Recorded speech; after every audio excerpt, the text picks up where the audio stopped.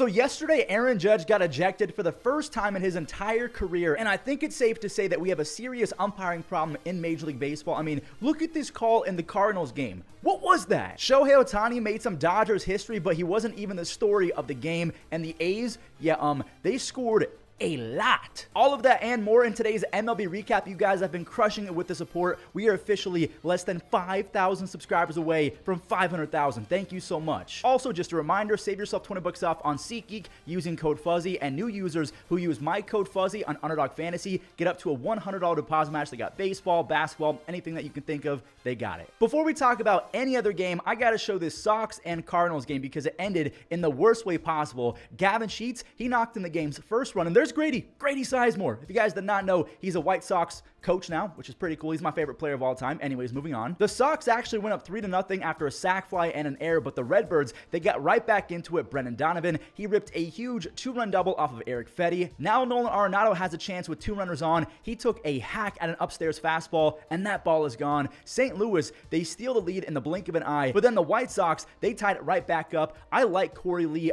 a lot. He never really had a chance with the Astros, so it's nice to see him producing as the backstop for the White Sox. He's got 8 RBIs and a 121 OPS plus. It stayed tied after 9, so extras we go. Tommy Pham, he delivered. He turned on a slider. Chicago, they go up by 1, and this is where the chaos ensues. Mason Wynn, he struck out, but actually he didn't strike out because he foul-ticked it. Now look, it's pouring rain. Like 8 milliseconds later, the pitcher, he's trying his best to keep the ball dry. He's taking forever. Corey Lee has to call time. Brebbia ends up getting the strikeout, and he is soaked. He even showed the umpire, like, this ball's soaked, bro. They eventually brought the Tarps out with 2 outs in the bottom of the 10th. Bases loaded. 3 hours later, Tanner Banks, he's out there now. Ivan Herrera, he gets the call as a pinch hitter, and oh my, Laz Diaz is a terrible umpire. That ball was no BS, like a half foot off the plate, and I think that Laz Diaz and Oli Marmol, the manager of the Cardinals, have some beef. That looked personal. Before I get upset, let's just move on to the Rockies and Pirates game because they turned in one of the closest low-scoring games you can possibly imagine. No one scored until the 9th inning. That's because Austin Gomber, the starting pitcher for the Rockies, he got some help from his defense. Jake Cave, that was a seed to second base, and then the rookie Jordan Beck, he made an insane diving play in the 6th inning. That for sure saved a run. Hayes was at second, so he was going to score if that dropped. Gomber went 6 shutout with 3 strikeouts, while his counterpart Jared Jones, he was just a tiny bit better. He went 7 shutout.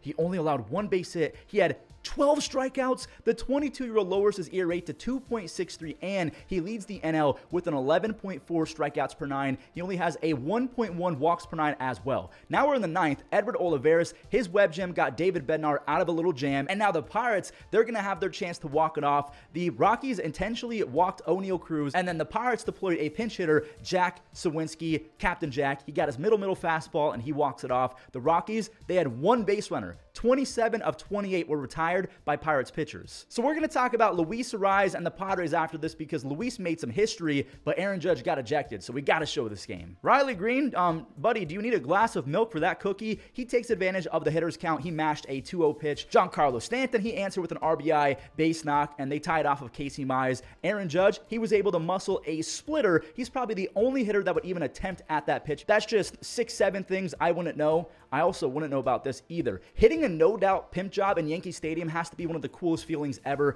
Rizzo's 3-run home run gives him 6 home runs and 20 RBIs, and here's where things get interesting because Judge, he takes a borderline pitch, and then he tells the umpire it's BS, and it's been BS all day, and then the guy ran him. No one cares about the strike call. We care about umpires not being soft. Robots don't have ego, so maybe we should just go to robot umpiring. Judge, that's his first ever ejection of his entire life. Jeter never got ejected, so he just became the first captain since Mattingly in 1994 to get tossed out of a game. The Yankees kept their lead into the 9th, so you can just pencil in a Clay Holmes save and Yankees W. He's got 11 saves. He has yet to allow a run this entire year. I'm knocking on wood so I don't jinx it. Luis Arraez made some incredibly funny history today, mostly because of what the Marlins, his former team, did against the A's. We'll recap that after. Luis, there he is doubling in the first, so he's 1 for 1 as a Padre. Manny, he dunked in a base hit. Luis is going to score. Luis then stepped up for a second at bat, make it 2 for 2. Now, nothing came of that base hit, so we're going to fast forward to the 4th. The other Luis, Mr. Campusano, he was blessed with a bad throw from Blaze Alexander. That's an RBI, not an error. Blaze thought he was CP3 or something trying to bounce pass it in. We're about to see vintage Luis Arraez. He just pokes it. He hit that ball at the last millisecond. He sends it the other way for an RBI single. I completely forgot that Michael King was pitching. All of this Luis Arraez talk. King, he got into some trouble in the 5th and he needed a mound visit. I don't know what was said, but whatever was said, it worked. Michael ended up going 6 shutout. That is a really nice bounce back after allowing 6 runs in back-to-back starts. Now it's time for the history. Luis Arraez just became the first Padre ever to have 4 base hits in their San Diego debut. Jerkson Profar, he somehow got that pitch to leap. He pulled an outside changeup nearly 400 feet for a 2-run home run. He's up to 5 home runs and 23 RBIs. Jackson Merrill, he's doing a really good job for a just turned 21-year-old. He singles in 1 more. It's now 8-0 Padres until that. Ha-Sung Kim, he's going to get a fat bag this offseason. He's 100% going to decline his option, and we have a sad ending to this game. Corbin, he dribbles out. His batting average is now at 194,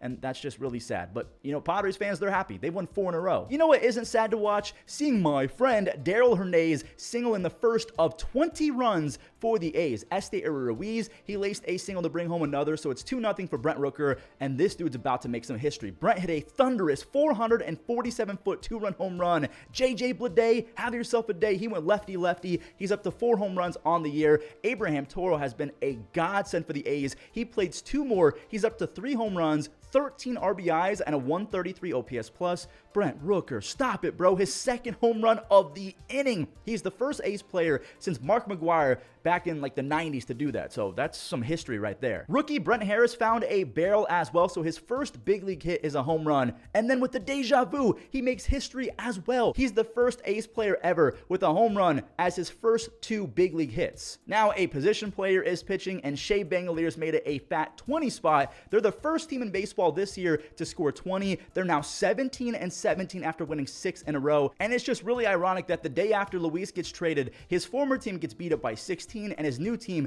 wins by 20. The Padres are going to be a problem. Ohtani promised Roberts a Porsche if he broke Dave Roberts' record for the most home runs hit by a Japanese-born player, but he didn't specify. He got Dave Roberts a toy Porsche, but Ohtani's up to 8 home runs, and again, he passes Dave in LA history. He's just casually on pace to hit 350 with 38 home runs, 33 stolen bases. I mean, is that good? Ronald stole a run in the 4th inning. He stole his 14th bag, and then Austin Riley knocked him in. That was all that they could muster off of Glasnow. We'll talk about Tyler in just a moment, because Andy Pages has inserted himself into the Rookie of the Year conversation. He is no joke. He's hitting 340 with 9 extra base hits and 12 RBIs in his first 16 games. Ohtani, he grabs an RBI single. Freeman, same thing, and I guess Will Smith, he ordered one as well. Bryce Elder could not get anyone out. LA, they put up 7 before the 4th came to a close. Now we could talk about Glasnow. He struck out 10 Braves over 7 innings. He now has a 2.7 ERA and 63 strikeouts over his first 50 innings as a Dodger. He leads baseball in strikeouts, by the way. Muncy's 3rd hit is a long one. It's now 8 runs, and it can be even more if this one falls in. It does, as Ozzy, he can't make the grab. Mookie Betts now has 27 RBIs, and there's Max Muncy with his 4th hit of the day, his 3rd homer. He's up to 8 home runs and a stupid 160 OPS plus. So the Dodgers, they've won 3 in a row. The Phillies are going to be without Trey Turner for at least 5 weeks. He really hurt that hamstring, but it was no problem in this one. Even when Alec Bohm is not getting base hits with runners in scoring position, he's still getting hit. That's an RBI. The ball hit him, then the catcher, then the umpire. The Phillies just kept on raking. There was a Marsh RBI single. Castellanos had an RBI double play because of course he did. My friend Bryson Stott had an RBI single. Johan Rojas, another RBI single. The Phillies make it 5-0, and maybe 1 ball was hit hard. JT Realmuto is going to leg out a triple to start the 2nd. He scores easy on a pass ball. Alec Bohm, he got his base hit, so that's 17 games in a row with the base knock for him. Castellanos barely avoided another double play, but a run score, so he has 2 RBIs without a single base hit. That's why people don't really care a lot about RBIs or ERA, because there are so many different variables factored in. It's sometimes not even up to you. Bryson got his 2nd RBI, but he actually had 2 base hits. Alec Bohm, I don't know what happened, but he hurt his hip on this swing. They took him out for precautionary reasons. Like, hey, baseball gods, can we not take Alec Bohm now after Trey Turner? Thanks. Wilmer Flores saved a little bit of dignity for the Giants. He's an automatic versus lefties. Ranger, he went back out there for the 6th. He was not phased, and he struck out the final 2 hitters that he saw. Now we have more scoring for the Phillies. Schwarber knocked in 2 more on a single, and Whit Merrifield hit a home run. The Phillies win by 11. They've won 4 games in a row, and they're 1.5 games ahead of the Braves for first place. But wait, there's more. The final blowout of the recap will kind of, I mean, if you consider a 7-1 game a blowout, that's happening after this one. Anyways, I'm yapping. Evan Carter, he shut me up with a big 2-run triple. I forgot that he's blazing fast, and he scores on a wild pitch, so now it's 4-0. Nathaniel Lowe says, nah, now it's 6-0. He drove one the other way. Then Adolis Garcia did the same thing. He secures an RBI going the opposite way as well. Kansas City, they stole back some momentum. Vinny Pasquantino had a 10-pitch at-bat, and it ended with an RBI single to make it 7-4. So the Royals, they were making some progress, but again, they only stole back some momentum, not all of it. The Rangers snatched it right back. Gronkowski, he tried Bobby Witt Jr., but Bobby snagged it. He got the force out. Still an RBI for Travis. And oh man, this is just bad baseball. The Rangers steal 2 more runs after Salvi could not block it, and then he threw it away. And is this Josh Smith doing more damage? Josh knocked in Evan Carter on a triple of his own. Josh Smith now has 15 RBIs and a 157 OPS plus. Gronkowski then doubled for their 12th run, and then Leote makes it 13. Marcus Semien, he grounds out, make it 14. And now it's 15. Ezekiel Duran, is he waking up? He has an RBI in back-to-back games. I would love to see that. He's a lot of fun to watch. Texas, they win by $8 million. That Royals loss is huge for both the Guardians and the Twins, because the Twins, they're looking for their 12th win in a row, but we'll show that after this because I need you guys to repent for your sins. Please. Jesus is coming. Judgment Day is upon us. I say that because Austin Hedges just went yard. His first home run of the year made it 2-0, and the Guardians defense completely took over. Tyler Freeman says, Miles Straw, who? He steals a base hit from Willie Calhoun, and then Arraez made an insane tag to nab Taylor Ward. I almost teared up on the swing. Ramon Laureano finally got his first home run. I thought it might never happen. We're going to fast forward to the 6th because the bases are loaded for Bo Naylor. He's facing the tough Reed Detmers, and Bo won his first career Grand Slam. Hopefully that gets him going. The Guardians win 7-1, but I do got to tip my cap to Shane Bieber. Why am I tipping my cap to Shane Bieber? Well, I think he transferred his spirit into Ben Lively because Ben struck out 5 more hitters. He now has a 2 ERA and a 10 strikeouts per 9. He's been crucial in the Guardians' surprise start. He deserved some shine. I wanted to give him a little tip of the cap. There he is. The Twins' ace is on the bump. Pablo Lopez, a weird start. Tyler O'Neill and Wilyer Abreu just don't care about his ace status. O'Neill gets the double, and Wilyer, he shoots it through the hole for the game's first run. Minnesota got it going instantly. It started with the Jose Miranda hit by pitch. Willie Castro, he's up to a 10-game hit streak now. And Correa, he watched an outside fastball sail past the catcher, so both runners advance, and that'll do it. Correa's out, but he does tie it. And I just kind of feel bad for this guy. Cam Boozer, he allowed another lefty-lefty home run. His story is such a good one. He left baseball for like 7 years to pursue carpentry. He's back, and I just hate when guys like that give up runs. I want to see him in the league and being successful. Then again, it's Max Kepler. He's really good. Max stole the lead for Pablo Lopez, who struck out O'Neill on a nasty breaking ball in the 6th. Then there was 94 Baia. Lopez got Wilyer for his 8th strikeout. So now he's out after 6 innings, and the Twins added an insurance run on a Correa. What is that, a home run? Is it going? Is it leaving? Gotta eat your Wheaties. Correa's sac fly makes it 3-1, and good thing he did that because Minnesota is now in massive trouble. Devers is up with the bases loaded, and he goes down swinging. He slams the bat, then he slams the helmet, and with that Carlos Santana web gem, the Minnesota Twins have won 12 games in a row for the first time since 1991. I wasn't even born yet. This was a weird game. Both teams, the Rays and the Mets, scored 1 in the first and then nothing for the next 2 hours. I don't know what Siri just did. He's usually a platinum level defender. He just missed it. And then Starlin Marte, he singled, and another outfielder bobbled the ball. DeLuca over there in right, he bobbled it, and that allowed Nimmo to try for home. He's in there, just barely though. Isaac Paredes, like I said, the Rays scored 1. He basically went to the same spot as Marte, so it's tied up. And shout out to the rookie though. Rookie Christian Scott of the Mets, he really settled down. He set down 8 in a row after that. Littell, he did the same thing pretty much. He held New York in check over the next 5 frames. Scott, he's still out there in the 7th. He got the first 2 outs and almost the 3rd. It got just past his glove on the comebacker. His debut ends after 6 2/3 on 5 hits, 6 strikeouts. He's going to be a good one. So we head to the 8th. It's a bullpen game now. Ottavino, he needs Lindor to save him, and that's just ridiculous. Lindor snags it, throws across his body. He keeps it 1-1, but then Ottavino stomped on all the momentum. He walked Shenton. Richie Palacios, he's fired up as he comes across home, and then Caballero took a walk as well. I really thought that the Mets were going to pull this one out, but Phil Maton, he clutched up for the save. He needed that one bad. He's been awful. The Rays, they've won 2 in a row. The Mets, they fall to 1 game under 500. The Cubs were seeing beach balls early off of Tobias Myers. Nico Horner, he went yard on the 3rd pitch of the game. Michael Busch, he legged it out to beat a double play, so Chicago, they get their 2nd run,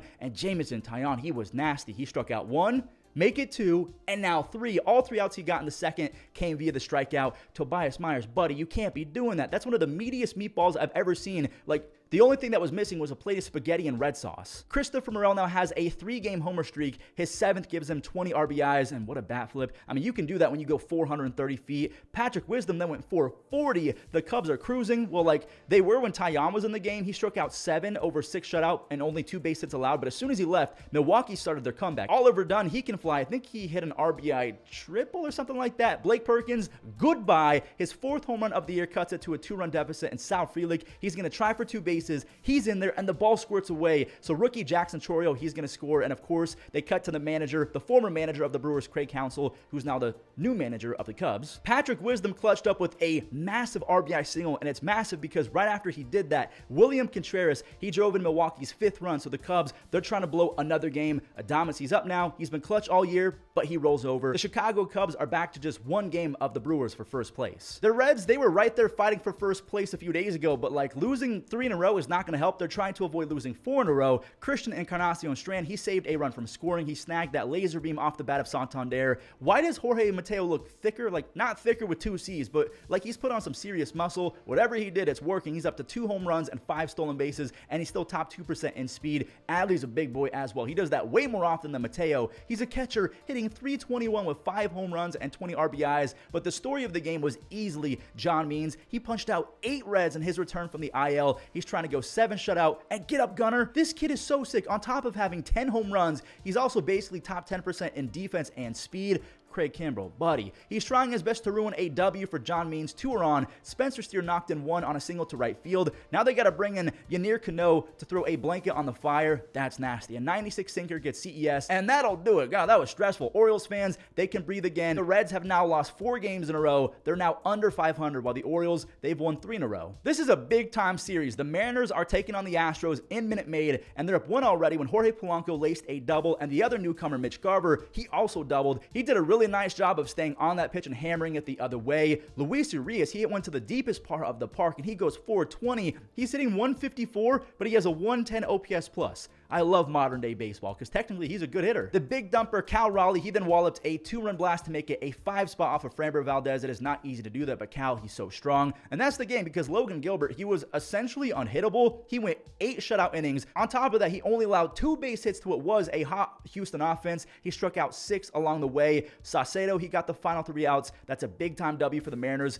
They would have fallen to 2nd place behind the Rangers if they lost. I don't know what starting pitcher Cole Irvin did to deserve this, but his Nationals defense completely imploded. 2 different errors allowed for multiple runners to get on for Justin Turner, and Turner quickly took advantage. 1 scores. Thankfully, Cole was able to help himself out. He got a double play ball, and oh no. Now it's in left field. 2 more runs are going to score instead of an inning-ending double play, and it got worse. Jansen, he split the gap. A 4th run scores, but none of them were charged to Cole Irvin. 4 earned runs. Now Vladdy, he wants to show off the range and the leather. That's a nice sliding grab in foul territory. Bo is about to get ejected. He's been moved down to the 5 spot because he's been struggling and he's just frustrated. That's basically the same pitch as Aaron Judge, but the helmet slam, it was too much. I know he's frustrated, but you got to try and hold that one back. Gausman was not holding back. He was frying folk. His final out came against Nick Senzel on that strikeout. I think he had 8 punch outs on the day. He has a 0.75 ERA over his last 4 starts. He's so back that shoulder is, I think, healthy. Hopefully, knock on wood. Hey, what are the Jays bullpen arms doing? Like, what are we doing? That's an awful pitch. The bases are now loaded for CJ Abrams. Did he do it? He bimped it. Oh my, Kevin Kiermaier. He got it. He catches it at the track. 1 does score, and then another scores. Nick Senzel makes it 4-2.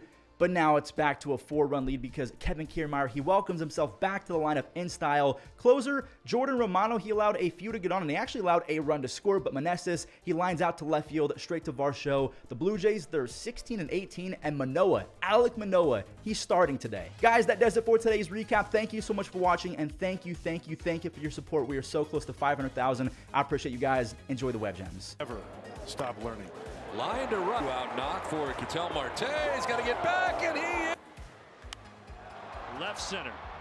Is this one going to get down? Kelnick got... Off the end of the bat. Slater will dive and make the... It'll find you.